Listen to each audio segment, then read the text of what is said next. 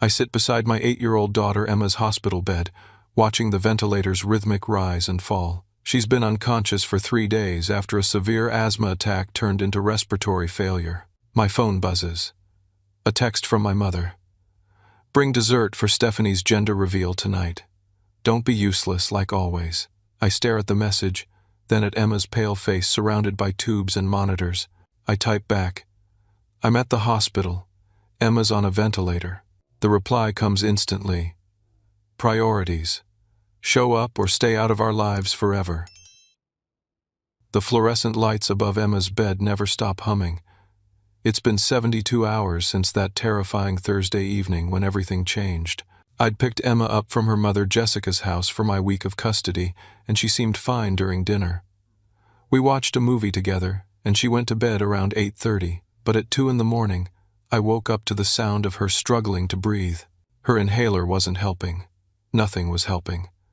I'd never seen her lips turn that shade of blue before. The ambulance ride to Children's Medical Center felt like it lasted forever, even though the EMT told me it was only 12 minutes. Emma lost consciousness just as we pulled into the emergency bay. Dr. Patricia Williams, the pediatric pulmonologist, explained Emma's condition in words that still echo in my mind. Severe bronchospasm, respiratory failure, possible long-term lung damage if we don't get the inflammation under control. They had to intubate her immediately and put her on the ventilator to give her lungs time to heal. The next 48 to 72 hours are critical, Dr. Williams had said, her kind eyes showing both professional competence and genuine concern. Children with Emma's severity of asthma can recover fully, but it requires careful monitoring and absolute rest for her respiratory system. I haven't left this room since.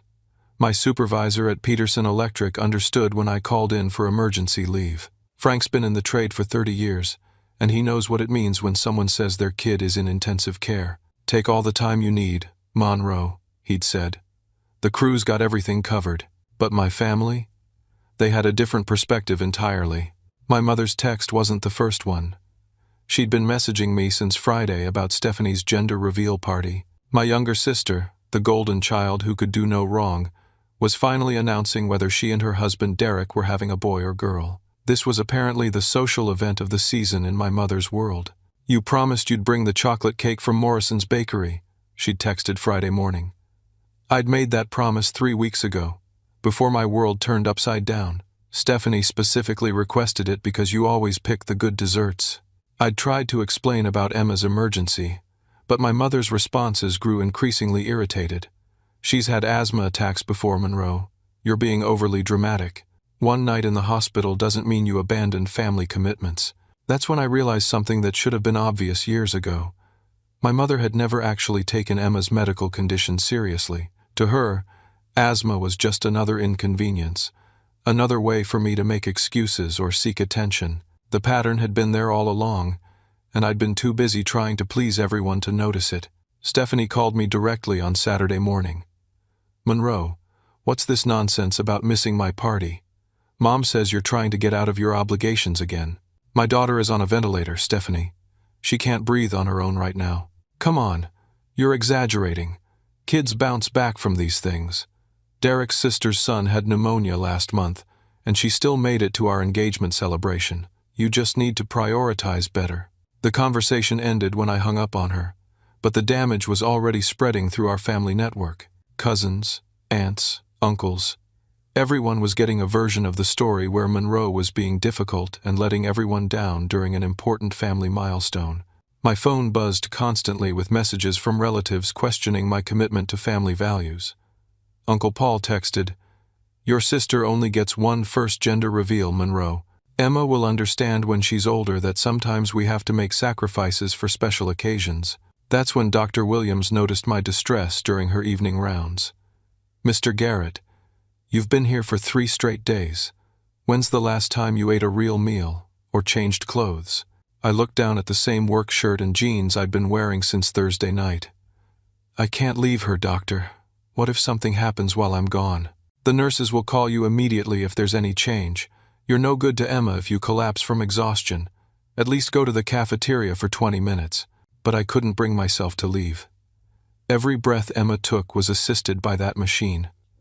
Every heartbeat was monitored on screens that beeped and flashed around the clock. How could I walk away for cake and party games when my daughter was fighting for her life?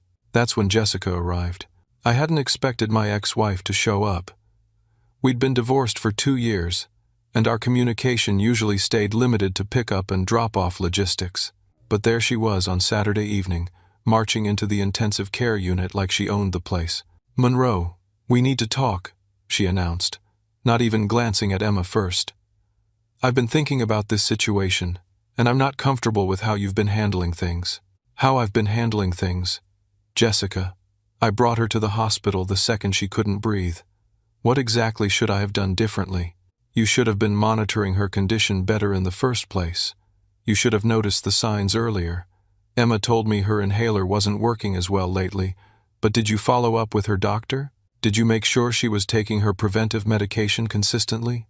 The accusation hit like a physical blow. Emma's inhaler prescriptions were always filled on time. I'd been the one driving her to every pulmonologist appointment since the divorce. I'd been the one learning proper inhaler technique and teaching her how to recognize her early warning signs. "Jessica, you know that's not fair. I've been managing her asthma perfectly well." "Have you?" "Because Dr. Williams told me that Emma's inflammation levels suggest this has been building for weeks." "Where were you when that was happening?" I stared at my ex-wife, trying to process what was happening. "Are you seriously trying to blame me for Emma getting sick?" "I'm saying that maybe it's time to reconsider our custody arrangement. Emma needs stability. She needs a parent who can focus completely on her health needs without getting distracted by work schedules and weekend plans." The threat was unmistakable. Jessica was talking about filing for full custody. She was using Emma's medical emergency as ammunition against me. And the worst part? She was probably coordinating this attack with my mother, who'd been telling everyone that I was abandoning family and making poor choices. I felt completely alone in that sterile hospital room, surrounded by the sounds of life support equipment and the smell of antiseptic. My daughter needed me more than she'd ever needed anyone, but instead of support from her extended family, I was facing a coordinated campaign to prove I was an unfit parent. That night, after Jessica left with vague threats about consulting her attorney, I made a decision. I blocked my mother's number. I wasn't going to let anyone guilt me into leaving Emma's bedside for a party. I wasn't going to apologize for putting my daughter's life above social obligations, but I had no idea what was coming next. Sunday morning brought a new level of family dysfunction I hadn't thought possible. Stephanie found a way around my blocking by calling from Derek's phone at 6:45 in the morning. Her voice was shrill with indignation when I answered. "Monroe Jacob Garrett, how dare you block Mom's number? How dare you embarrass our entire family like this?" I kept my voice low because Emma was still unconscious, and the nurses had emphasized that hearing was often the last sense to be affected. "Stephanie, my daughter is critically ill. I'm not discussing party planning right now. You're not discussing anything because you've decided to be completely selfish and self-absorbed. Do you have any idea how humiliated I was yesterday? Do you know what it felt like to have to explain to 35 people why my own brother couldn't be bothered to show up? I told you exactly where I was and why. You told me you were being overly dramatic about a routine asthma flare-up. Emma's fine, Monroe. She's probably just milking the attention because she knows you'll fall for it. Kids manipulate their parents all the time." The words hung in the air like poison. My 8-year-old daughter, lying motionless with a tube down her throat, was apparently manipulating me for attention. According to my sister, the ventilator keeping Emma alive was all part of some elaborate childhood scheme. "Stephanie, I'm hanging up now." "Wait. Before you do, you should know that I've been talking to family members about this pattern of behavior. This isn't the first time you've used Emma as an excuse to avoid family responsibilities. Remember Christmas 2 years ago when you left early because she had a stomach ache? Remember 4th of July when you couldn't stay for fireworks because of her bedtime routine?" I remembered both occasions clearly. At Christmas, Emma had been running a fever of 102 degrees. At the 4th of July gathering, she'd been overwhelmed by the crowd and noise, and I'd recognized the signs of an approaching anxiety attack that could trigger her asthma. Those weren't excuses, Stephanie. Those were parenting decisions. Those were you putting a child's temporary discomfort above family unity. And now you're doing it again, except this time you're hiding behind a medical emergency to justify your antisocial behavior. What shocked me wasn't just the cruelty of her words, but the calculation behind them. Stephanie had clearly been building a case against my parenting for months, maybe years. Every time I'd prioritized Emma's needs over family social events, she'd been keeping score. Derek and I have been discussing this situation, she continued, and we think you might benefit from some professional guidance about establishing appropriate boundaries with Emma. It's not healthy for a child to have that much control over a parent's social life. Derek was a junior partner at a mid-sized law firm downtown. The implication was clear. They were considering legal intervention if I didn't start conforming to their expectations of family participation. My boundary is keeping my daughter alive, Stephanie. I'm sorry if that interferes with your party planning. Your boundary is using a sick child to manipulate everyone around you into accommodating your social anxiety and need for attention. But it's not going to work anymore, Monroe. The family has talked, and we're not enabling this behavior. She hung up before I could respond. An hour later, I discovered what the family has talked actually meant.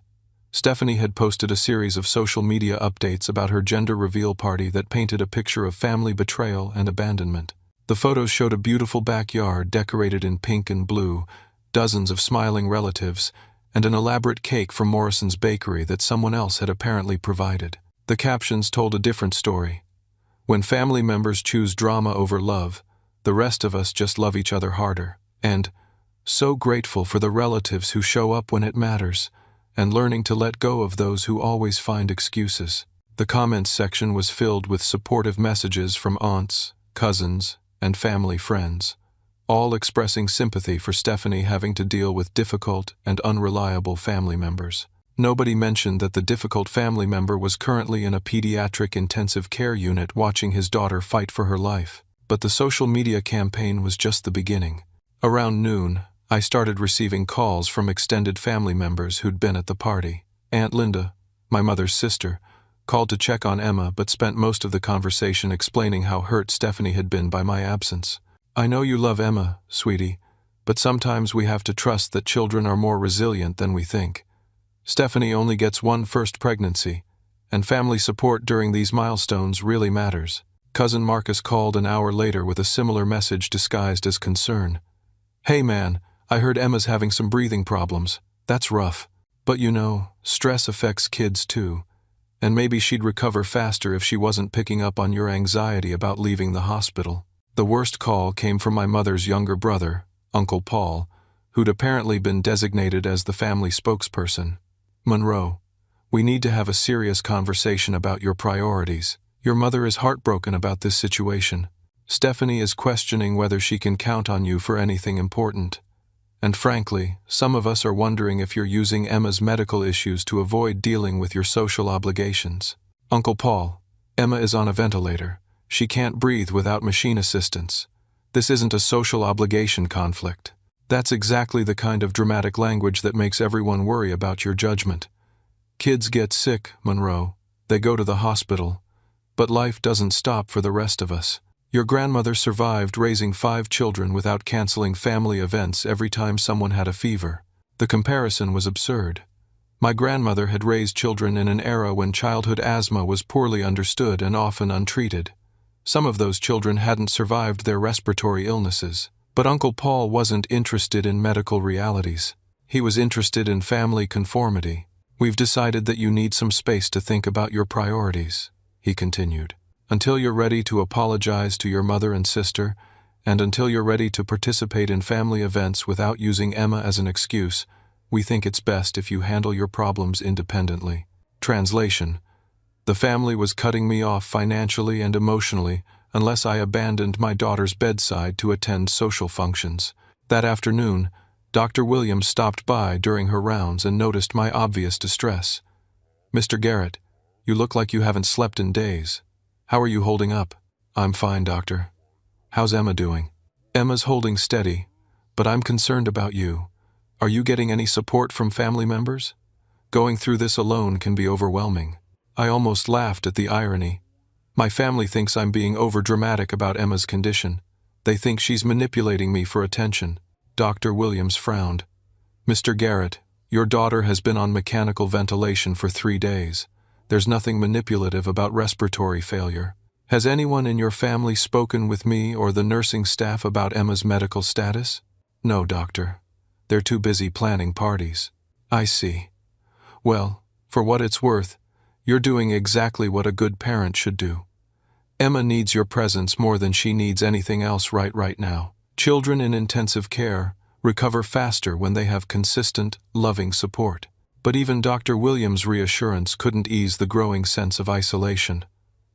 My family had made their position clear. Emma's medical emergency was less important than Stephanie's social event. My devotion to my daughter was selfish manipulation rather than responsible parenting. As Sunday evening approached, I realized I was facing this crisis with no support system whatsoever. Emma's mother was building a case against my custody rights. My birth family was treating her hospitalization as an inconvenience that proved my unfitness as a family member. I had no idea that the worst betrayal was still coming. Monday brought the first signs of hope I'd seen since Thursday night. Emma's oxygen saturation levels were improving, and Dr. Williams cautiously mentioned the possibility of reducing ventilator support if the trend continued. Her small hand moved when I spoke to her, and her eyelids fluttered in a way that suggested she might be approaching consciousness. I hadn't slept more than 2 hours in 4 days. The hospital chair beside Emma's bed had become my entire world. The cafeteria coffee was keeping me functional, but barely. Vending machine sandwiches and energy bars were sustaining me nutritionally, though I'd lost my appetite completely. The nursing staff had started expressing concern about my condition. Sarah, the night shift nurse who'd been particularly kind, brought me a pillow and blanket Sunday night. Mr. Garrett, you need to take care of yourself too. Emma's going to need you to be strong when she wakes up. But I couldn't bring myself to leave, even for short breaks. Every machine alarm, every change in the monitors, every adjustment the nurses made felt like a potential crisis. What if Emma needed me and I wasn't there? What if something happened during the few minutes I was away? That's when my grandfather called. Grandfather Harold was my mother's father, a retired carpenter who'd always been the steady, reasonable voice in our family chaos. At 82, he still lived independently in his small house across town, maintaining his garden and woodworking shop with methodical precision. Monroe, I just heard about Emma being in the hospital. How is she, son? The relief in hearing someone ask about Emma's condition without immediately shifting to family politics was overwhelming. She's on a ventilator, Grandpa. Respiratory failure from a severe asthma attack, but the doctors think she might be improving. Good Lord.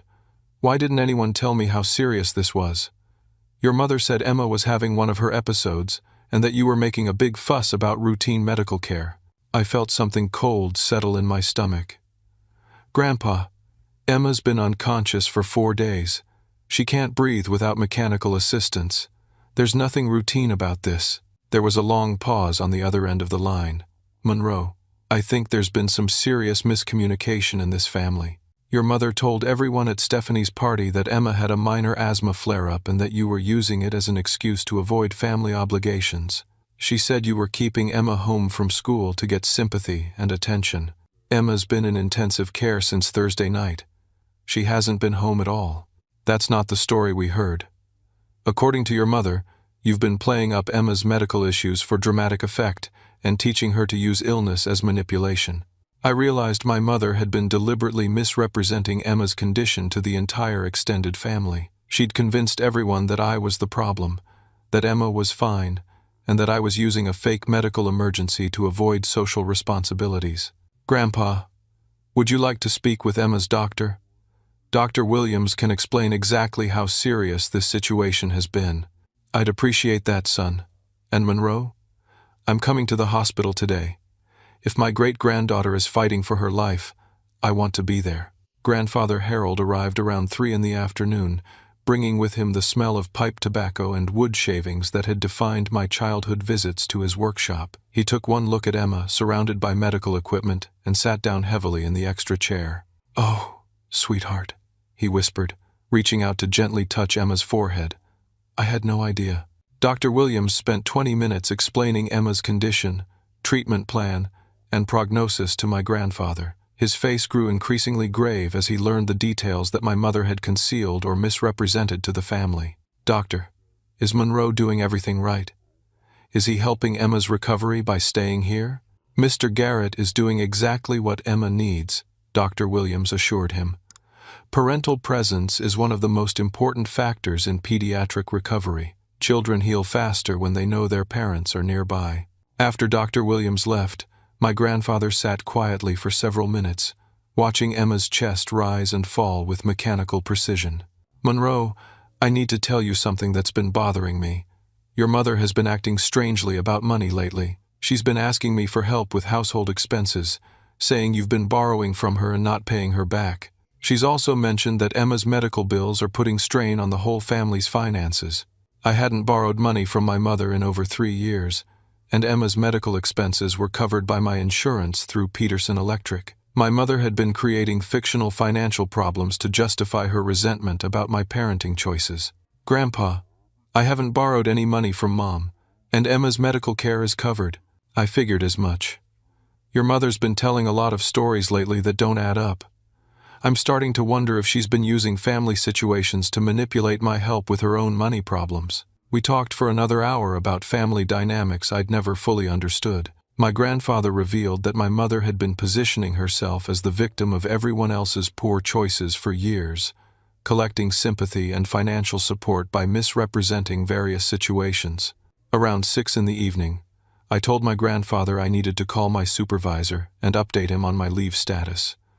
Frank had been understanding, but I needed to provide a realistic timeline for my return to work. "Go ahead, son. I'll sit with Emma while you make your calls." I stepped out to the family consultation room down the hall and spent 10 minutes on the phone with Frank, explaining Emma's condition and getting approval for extended family leave. When I returned to Emma's room, my grandfather looked troubled. "Monroe, something happened while you were gone. The nurse mentioned that an older woman came to visit Emma during evening visiting hours yesterday. She was logged in as a grandmother, but she wasn't me, and she wasn't Jessica's mother. Did your mother come here?" My blood went cold. "When? Yesterday?" "Yesterday evening, around 7:30. The nurse said the woman spent about 20 minutes in Emma's room and left when visiting hours ended. I found Sarah, the night nurse who'd been working Sunday evening." "Sarah, can you tell me about the woman who visited Emma yesterday?" "Oh, yes. An older lady, maybe 65, short gray hair, very well dressed. She said she was Emma's grandmother and that you'd given permission for her to visit. She seemed to know a lot about Emma's condition, so I assumed you'd spoken with her. Did she say anything to Emma? Did she try to wake her up?" I checked on them once, and she was talking to Emma very quietly. I couldn't hear what she was saying, but she seemed very focused on trying to get a response. I felt sick. My mother had come to the hospital while I was gone and spent 20 minutes alone with my unconscious daughter. She'd gained access by claiming I'd given permission, which I absolutely hadn't, and she'd been talking to Emma, trying to wake her up, for reasons I couldn't imagine but feared I was about to discover. "Sarah, is there any way to review security footage from yesterday evening? You'd need to speak with hospital security, but yes, all visitor areas are recorded." I spent the next hour with hospital security, reviewing footage that confirmed my worst suspicions. My mother had indeed visited Emma at 7:30 on Sunday evening, staying for exactly 23 minutes. The cameras showed her leaning over Emma's bed, speaking intently, occasionally touching Emma's hand and arm as if trying to provoke a response. What was most disturbing was my mother's body language. She wasn't acting like a concerned grandmother visiting a sick grandchild. She was acting like someone with an agenda, someone trying to accomplish something specific during her unauthorized visit. "Mr. Garrett," the security supervisor said, "given that this visitor wasn't authorized by you, we can restrict her access going forward if you'd like." "Yes, please. No one should be allowed to visit Emma without my explicit permission." I returned to Emma's room to find my grandfather reading quietly while Emma continued her steady, mechanical breathing. But something felt different. There was a tension in the air, and sense that something had changed while I was dealing with the security issue. "Monroe," my grandfather said quietly, "I think Emma might be waking up. Her eyes have been moving under her eyelids for the past few minutes." As if responding to his voice, Emma's eyes fluttered open for the first time in 4 days. Emma's eyes opened slowly, unfocused and confused in the bright hospital lighting. Dr. Williams had warned me that consciousness would return gradually, and that Emma might be disoriented from the medication and the trauma of intensive care. "Daddy?" Her voice was barely a whisper, hoarse from the breathing tube that had been removed just an hour earlier. "I'm right here, sweetheart. You're safe. You're in the hospital, but you're getting better." Emma's gaze moved around the room, taking in the monitors and medical equipment, before settling on my face. "Daddy, I was scared. I couldn't breathe, and everything went dark." "I know, baby. But the doctors helped you, and now your lungs are working better. You're going to be okay." My grandfather leaned forward gently. "Hello there, Emma. I'm your great-grandpa Harold. I've been waiting to meet you properly for a long time." Emma studied his face with the serious concentration that children use when processing new information. "Are you Daddy's grandpa?" "I am indeed. And I'm so proud of how brave you've been." Dr. Williams arrived for her evening rounds and was pleased to find Emma awake and responsive. After checking her vital signs and asking some basic orientation questions, she confirmed that Emma's recovery was progressing well. "Emma, you're doing much better.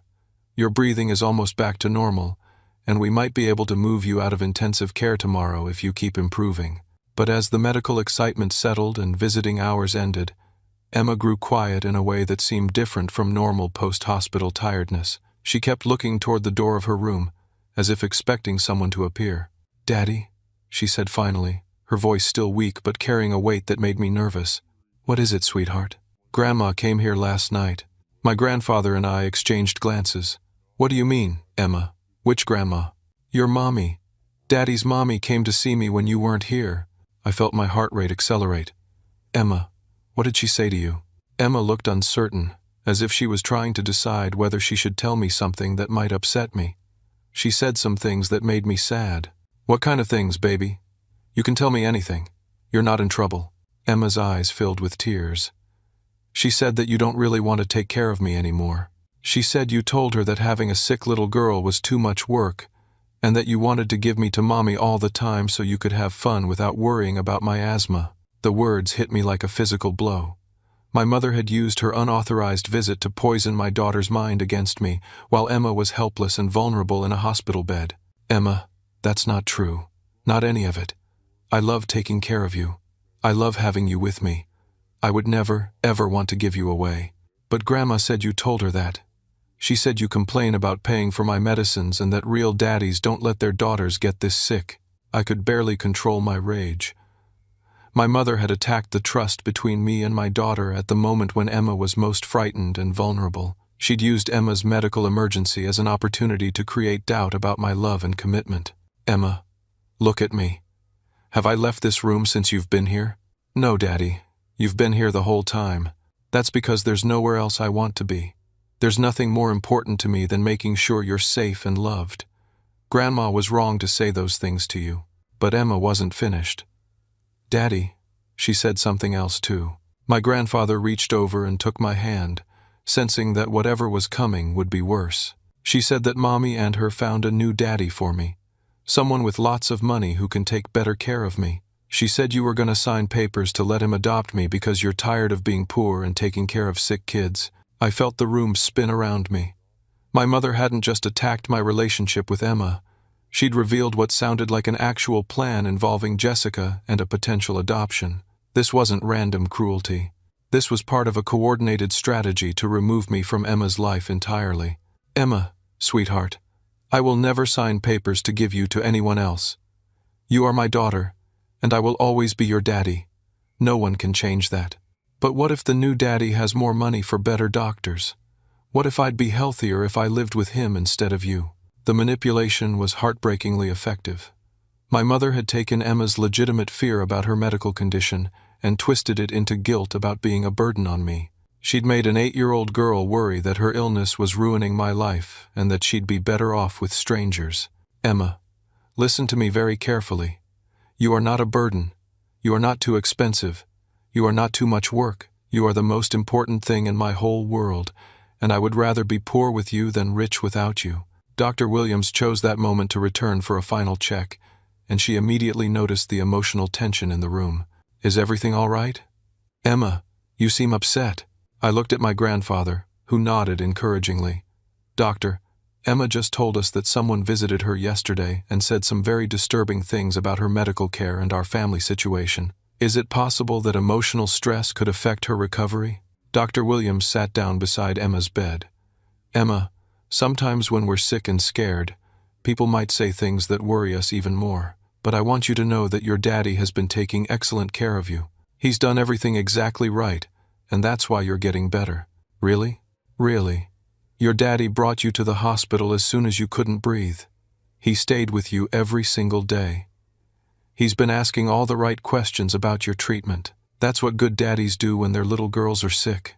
Emma looked relieved, but I could see that my mother's words had planted seeds of doubt that would take time to fully address. After Dr. Williams left, Emma fell asleep holding my hand. My grandfather and I sat in the darkened room, processing what we'd learned. Monroe, this is worse than I thought. Your mother didn't just make mistakes or misunderstand the situation. She deliberately used Emma's illness to try to destroy your relationship with her. Grandpa, she mentioned adoption papers and a new daddy with money. That sounds like she's been coordinating with Jessica about something specific. I think you need to do some investigating, son. Because if there's a legal plan in motion, you need to know about it before it's too late to defend yourself. I spent that night researching family law on my phone while Emma slept peacefully for the first time in 5 days. What I discovered made everything my mother had said to Emma even more sinister. In our state, parental rights could be terminated if a court determined that a parent was unable to provide adequate medical care for a child with special needs. If Jessica could prove that Emma's hospitalization was the result of my negligence, and if she could demonstrate that another person was better equipped to handle Emma's medical needs, she might actually be able to petition for my rights to be terminated in favor of a step-parent adoption. My mother's visit hadn't been random cruelty. It had been preparation for a custody battle that would position Emma's illness as evidence of my inadequacy as a father. But I was about to discover that the conspiracy went even deeper than I'd imagined. Tuesday morning brought more disturbing revelations than I could have anticipated. While Emma was sleeping peacefully for the first time since regaining consciousness, I decided to investigate the adoption papers she'd mentioned. Her words about a new daddy with lots of money felt too specific to be casual manipulation. I started by calling my friend Robert, who supervised the electrical crew at Peterson Electric. Robert had been through a nasty custody battle 3 years earlier and knew more about family law than I'd ever wanted to learn. Monroe, how's Emma doing? Frank told the whole crew about the situation. She's awake now and improving, but I need to ask you something strange. Has anyone called you asking questions about me? About my work performance or stability? There was a pause. Actually, yes. Last Friday, someone called, claiming to be from Child Services. They wanted to know about your attendance, your behavior, whether you seemed stressed or overwhelmed by single parenting. I told them you were one of the most reliable guys we had. My stomach dropped. What exactly did they ask? Weird stuff. Whether you talked about Emma's medical expenses being a financial burden, whether you ever mentioned feeling like you couldn't handle her health problems alone, whether you seemed to resent having custody responsibilities. Those were exactly the kinds of questions that would support a case for terminating parental rights based on inability to provide adequate care. Robert, that wasn't actually Child Services. I think someone's building a case against my custody rights. What do you need me to do? Can you document that call? Write down everything you remember about the questions and when it happened. I might need it for court. After hanging up with Robert, I called Jessica directly. I needed to know if my suspicions were correct. Monroe, I hope you're calling to discuss Emma's discharge planning. We need to talk about modifying our custody arrangement to ensure she gets proper medical supervision going forward. Jessica, has someone been helping you build a case against my parenting? I don't know what you mean. Has anyone been encouraging you to file for custody modification? Anyone been providing you with legal advice or support? Jessica's silence lasted too long. Monroe, I've been consulting with an attorney about Emma's best interests. That's my right as her mother. Which attorney? That's confidential. Is it Derek's law firm? Another telling pause. Derek mentioned that his firm sometimes handles family law cases, and they've offered to provide consultation services at a reduced rate. I felt the pieces falling into place. Stephanie's husband was providing legal services to help Jessica take Emma away from me. My mother was feeding them ammunition by misrepresenting my financial situation and parenting abilities, and they'd been coordinating this effort while Emma was fighting for her life. Jessica, who else have you been talking to about this custody modification? I don't have to answer your questions, Monroe. Have you been talking to my mother? Your mother called me Sunday morning to express concern about Emma's care. She mentioned that you've seemed overwhelmed by the medical responsibilities and that you've been borrowing money from family to cover expenses. Jessica, I haven't borrowed money from anyone. My insurance is covering Emma's medical care, and the reason I've seemed overwhelmed is because our daughter has been unconscious on a ventilator. Your mother says you've been exaggerating Emma's medical needs for attention and that you use her asthma as an excuse to avoid family obligations. I realized my mother had been working both sides of the situation. She'd been telling my family that I was overreacting to Emma's medical needs, while simultaneously telling Jessica that I was underreacting and providing inadequate care. Jessica, did my mother suggest that you file for custody modification? She mentioned that Emma might benefit from a more stable home environment with better resources for managing her medical needs. Better resources like what? Like a stepfather who's financially established and can provide private medical care instead of relying on emergency rooms. There it was. Jessica was already planning to remarry someone who could provide better medical resources for Emma, and my mother was encouraging her to frame my financial limitations as medical neglect. After ending the call with Jessica, I contacted the hospital's patient advocate to discuss my concerns about unauthorized visitors and potential interference with Emma's care. Mr. Garrett, unauthorized visitors can absolutely impact a child's recovery, especially if they're causing emotional distress. We can implement strict visitor restrictions that require your explicit approval for anyone to see Emma. I'd appreciate that. And is there any way to document the emotional impact of my mother's unauthorized visit? Dr. Williams can note in Emma's chart that she experienced distress related to inappropriate visitor behavior. That documentation can be important if there are custody concerns. But my investigation revealed even more disturbing details. I remembered my grandfather's concerns about my mother asking him for money to cover my supposed debts. When I called him Tuesday afternoon, his information filled in more pieces of the puzzle. Monroe, I've been thinking about our conversation yesterday. Your mother has asked me for over $3,000 in the past 6 months, claiming you were borrowing from her and not paying her back. Grandpa, I've never borrowed money from Mom. Where did she say that money was going? Emma's medical expenses, your rent when work was slow, car repairs when you couldn't afford them. She made it sound like you were constantly struggling and that she was enabling your irresponsibility by continuing to help. How much money has she borrowed from you total? Nearly $8,000 since last Christmas. She always promised to pay me back when you paid her back. I felt sick. My mother had been stealing money from her elderly father by claiming it was for my fictional financial emergencies. She'd created an entire narrative about my irresponsibility to justify what amounted to elder financial abuse. Grandpa, I need you to document all of those transactions. Dates, amounts, what she said the money was for. I think she's been committing financial fraud. Monroe, there's something else. Derek called me last month asking questions about your financial situation. He said he was trying to help the family understand how to support you better during difficult times. Derek had been gathering financial information to support Jessica's custody case while posing as a concerned family member. The coordination between my mother, sister, Jessica, and Derek was more extensive than I'd realized. That evening, while Emma was sleeping comfortably with much less medical support, I made a decision. I called Derek's law firm directly. I'd like to speak with Derek Patterson about a potential conflict of interest involving family law representation.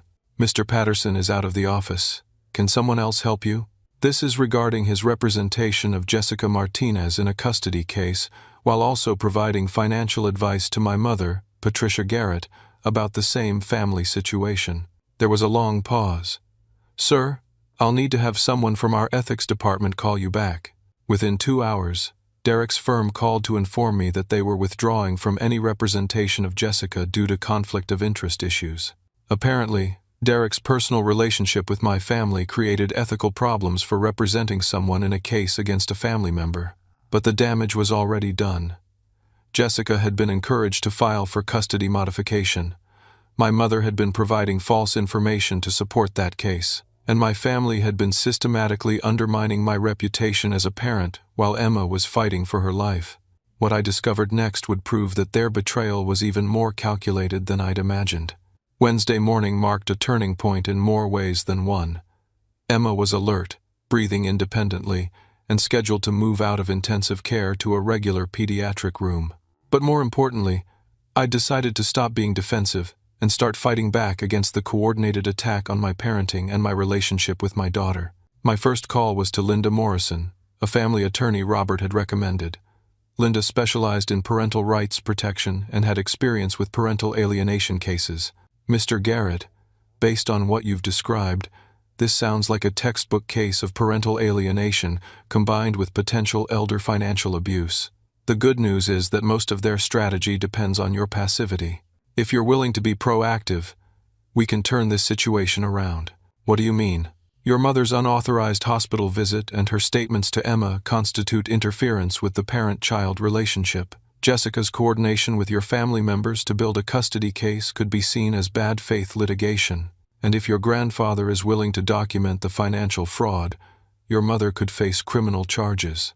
Linda explained that my first step should be gathering evidence and documentation before anyone realized I was building a legal response. Save every text message, every voicemail, every social media post. Get written statements from your work supervisor, Emma's doctor, and anyone who witnessed their behavior. Document the financial fraud with your grandfather's bank records. We need to build a comprehensive record before they have a chance to cover their tracks. I spent Wednesday afternoon collecting evidence with systematic determination. Robert provided a detailed written statement about the fake child services call, including the specific questions asked and his responses. Dr. Williams agreed to document Emma's emotional distress following my mother's unauthorized visit and her opinion that I'd provided excellent parental care throughout the medical emergency. The hospital security department provided official documentation of my mother's unauthorized visit, including timestamps and footage showing her accessing Emma's room under false pretenses. But the most important evidence came from my grandfather, Monroe. I went to the bank this morning and got copies of all the transactions your mother requested. I also found something else disturbing. He handed me a folder full of bank records and correspondence. Your mother has been using my account to make payments to Derek's law firm. Small amounts, but regular payments since last month.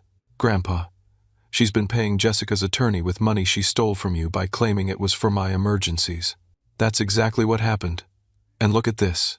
He showed me a series of checks made out to a private investigator in Dallas. The payment memos said child custody research. Monroe, your mother hired a private investigator to dig up information about your personal life. She's been planning this custody attack for months. I felt a mix of rage and clarity. My mother hadn't been reacting emotionally to Emma's hospitalization. She'd been using it as an opportunity to advance a long-term plan to remove me from my daughter's life. Thursday morning brought the first sign that my fight back was working. Derek called me directly, bypassing Jessica entirely. Monroe, I think there's been some miscommunication about the family situation. I want you to know that my firm is no longer involved in any legal matters concerning Emma's custody. Why the sudden change, Derek? We've discovered some ethical conflicts that make it inappropriate for us to represent Jessica in this matter. Additionally, some of the information we were provided about your financial situation appears to have been inaccurate. You mean the information my mother provided was false? I can't discuss specifics, but I can tell you that our preliminary research didn't support the claims that were made about your economic instability or parenting adequacy. Derek's firm had done their own investigation and discovered that my mother's claims were fabricated. Rather than face potential ethical violations for participating in bad faith litigation, they were abandoning Jessica's case entirely. But my most important call was to Child Protective Services. I'd like to report suspected parental alienation and elder financial abuse, I told the intake worker. I have documentation of coordinated efforts to interfere with my parental rights and evidence of financial fraud against my elderly grandfather. CPS agreed to open an investigation based on my mother's unauthorized hospital visit and her statements to Emma. They were particularly concerned about the elder financial abuse, which often indicated broader patterns of manipulation and exploitation. Mr. Garrett, We'll be interviewing Emma about her grandmother's visit and assessing whether there's been psychological manipulation.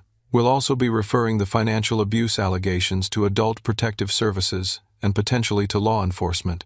Thursday afternoon, I took the most difficult but necessary step. I called my mother directly. "Patricia, this is Monroe. I'm calling to inform you that you're no longer welcome to have any contact with me or my daughter." "Monroe, don't be ridiculous. Emma is my granddaughter. Emma is my daughter, and you used her medical emergency to try to poison her against me. You told an unconscious child that I didn't want her and that I was planning to give her away for adoption. I was trying to help Emma understand the reality of her situation. The reality is that you've been stealing money from Grandpa Harold by lying about my financial needs. The reality is that you've been coordinating with Jessica to build a false custody case against me. The reality is that you've been manipulating everyone in this family for your own purposes." There was silence on the other end. "Patricia, CPS is investigating your unauthorized hospital visit and your statements to Emma. Adult Protective Services is investigating the financial abuse of Grandpa Harold, and I have documentation of everything you've done over the past week. You're making a mistake, Monroe. Family doesn't turn on family. You're right about that. Family doesn't turn on family, which is why what you did isn't family behavior." I hung up and immediately blocked her number again. But this time, I wasn't hiding from family pressure. I was protecting my daughter from documented psychological manipulation. Friday morning brought the most satisfying moment of the entire ordeal. Jessica called to discuss modifying our approach to custody discussions.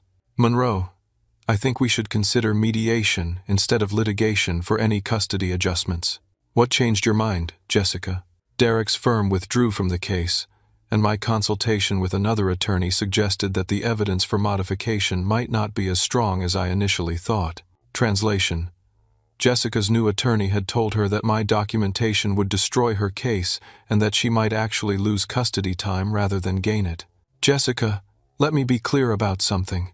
Any future custody discussions will include documentation of your coordination with my family to build a false case against me. Any attorney you hire will receive copies of the evidence I've collected, and any attempt to interfere with my relationship with Emma will result in immediate legal action." "I think you're overreacting, Monroe. Emma was on a ventilator for 4 days, and instead of supporting her recovery, you used her medical emergency to try to take her away from me. That's not overreacting. That's protecting my daughter from people who would exploit her illness for personal gain." By Friday afternoon, Emma was medically cleared for discharge. Dr. Williams provided documentation that my care throughout the crisis had been exemplary and that Emma's recovery was excellent. "Mr. Garrett, Emma is lucky to have a father who prioritizes her well-being above social pressure. That kind of advocacy is exactly what children with chronic conditions need." But the most important vindication came from Emma herself.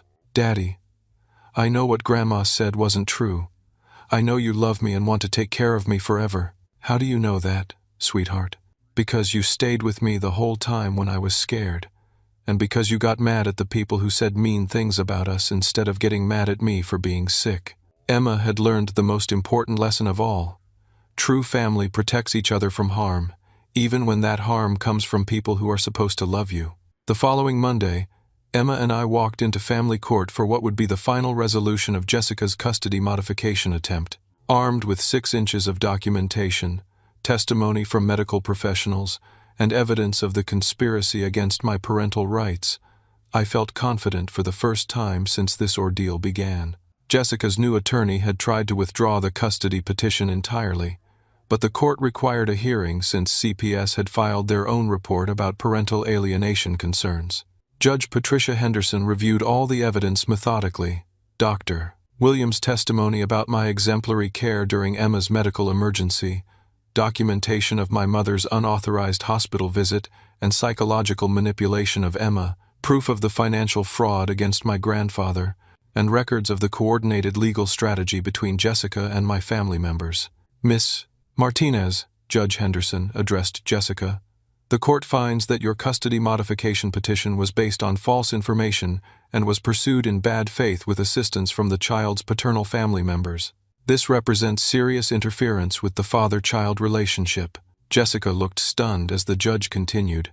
"Mr. Garrett, The evidence shows that you provided excellent care for Emma during a life-threatening medical emergency while facing harassment and manipulation from multiple family members. The court finds no basis for custody modification and significant concern about attempts to alienate Emma from your care. Judge Henderson's final ruling exceeded my most optimistic expectations. I was awarded primary physical custody of Emma, with Jessica relegated to supervised visitation for 6 months while she completed parenting classes focused on co-parenting communication and child-focused decision-making. Furthermore, the judge concluded, the court is issuing a restraining order prohibiting Patricia Garrett from any contact with the minor child pending resolution of the CPS investigation. The criminal justice system moved with surprising efficiency once adult protective services and law enforcement became involved. My mother faced charges for elder financial abuse, theft by deception, and interference with child custody. The district attorney explained that financial abuse of elderly relatives was a priority prosecution area, especially when combined with other manipulative behaviors. Derek's law firm faced ethical review by the State Bar Association for their role in the false custody case. While Derek himself wasn't sanctioned, the firm implemented new policies about family relationship conflicts and paid a substantial fine for inadequate conflict screening. But the most meaningful justice came from unexpected sources. Stephanie's marriage began falling apart when Derek's law firm dropped all their legal matters due to ethical concerns. Derek's partners weren't interested in a junior associate whose family drama had caused professional liability issues. When Stephanie found out that Derek had been participating in a scheme to manipulate custody of his nephew, she realized she'd married someone whose judgment and character were fundamentally flawed. My grandfather moved into a small apartment just 3 blocks from our house, finally free from my mother's financial manipulation and eager to build a genuine relationship with Emma. His workshop became Emma's favorite place to visit, where she learned woodworking basics and heard stories about craftsmanship and integrity. The construction crew at Peterson Electric became Emma's extended uncles, contributing to a fund that ensured she'd have the best possible medical care and asthma management equipment. Frank instituted a company policy providing emergency family leave for any worker facing a child's medical crisis. Emma's recovery exceeded every medical expectation. Dr. Williams explained that children who feel secure and loved often show remarkable resilience after respiratory emergencies. Emma's lung function returned to baseline within 6 weeks, and her confidence grew as she understood that her medical needs would never be seen as burdens or manipulation tools. "Daddy," she said one evening while we worked on homework together, "I learned something important when I was sick." "What did you learn, sweetheart?" "I learned that real family takes care of each other when scary things happen, and fake family tries to make scary things worse."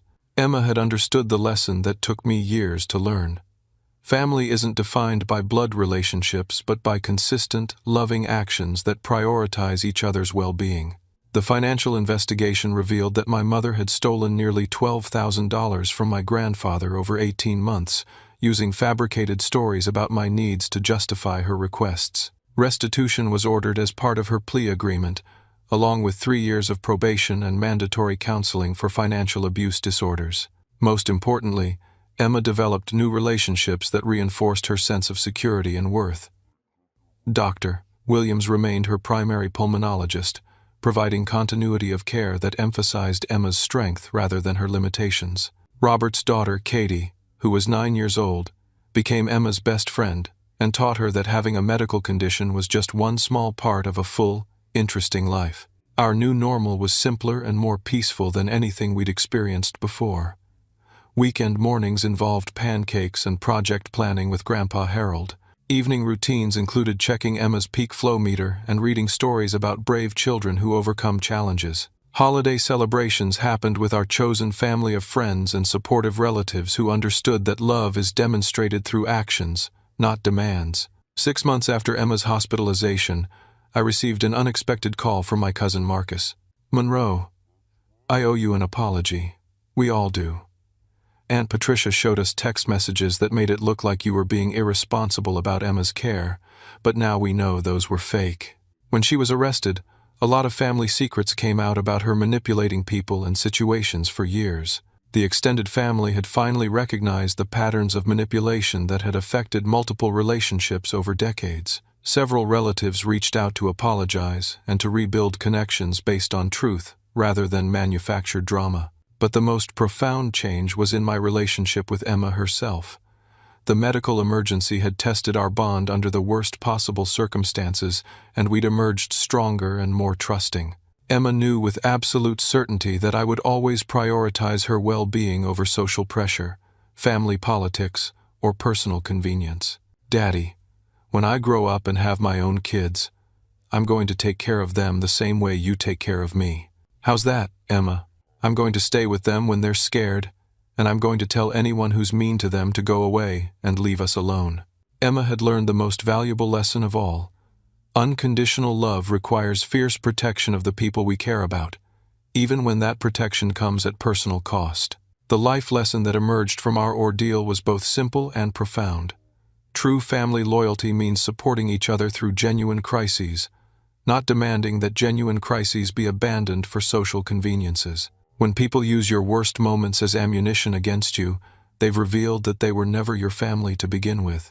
Emma and I built a new definition of family based on presence during difficulty, celebration of recovery, and unwavering commitment to each other's authentic well-being. We learned that the people who matter most are the ones who show up when showing up is difficult, who protect your peace when others try to disturb it, and who love you not, despite your challenges, but including them.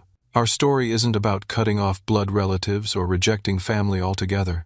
It's about recognizing that family bonds are earned through consistent, loving behavior, and that protecting our children from toxic manipulation is one of the most important responsibilities we have as parents. Emma is now 10 years old, confident in managing her asthma, and surrounded by people who see her medical needs as just one part of a complete, beloved person. She knows that her worth isn't measured by her convenience to others, and that the people who love her will always prioritize her safety and happiness above social expectations. What challenges have you faced when family members prioritize their own comfort over your child's genuine needs? How did you navigate the difficult choice between family loyalty and protecting your children? I'd love to hear your thoughts in the comments below.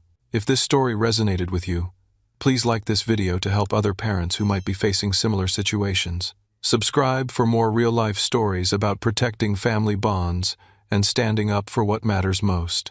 And share this with anyone who needs encouragement to trust their parental instincts over family pressure. Thank you for listening to our story. And remember, the people who love you will support your hardest moments, not use them against you. Trust your heart when it comes to protecting the people who depend on you most.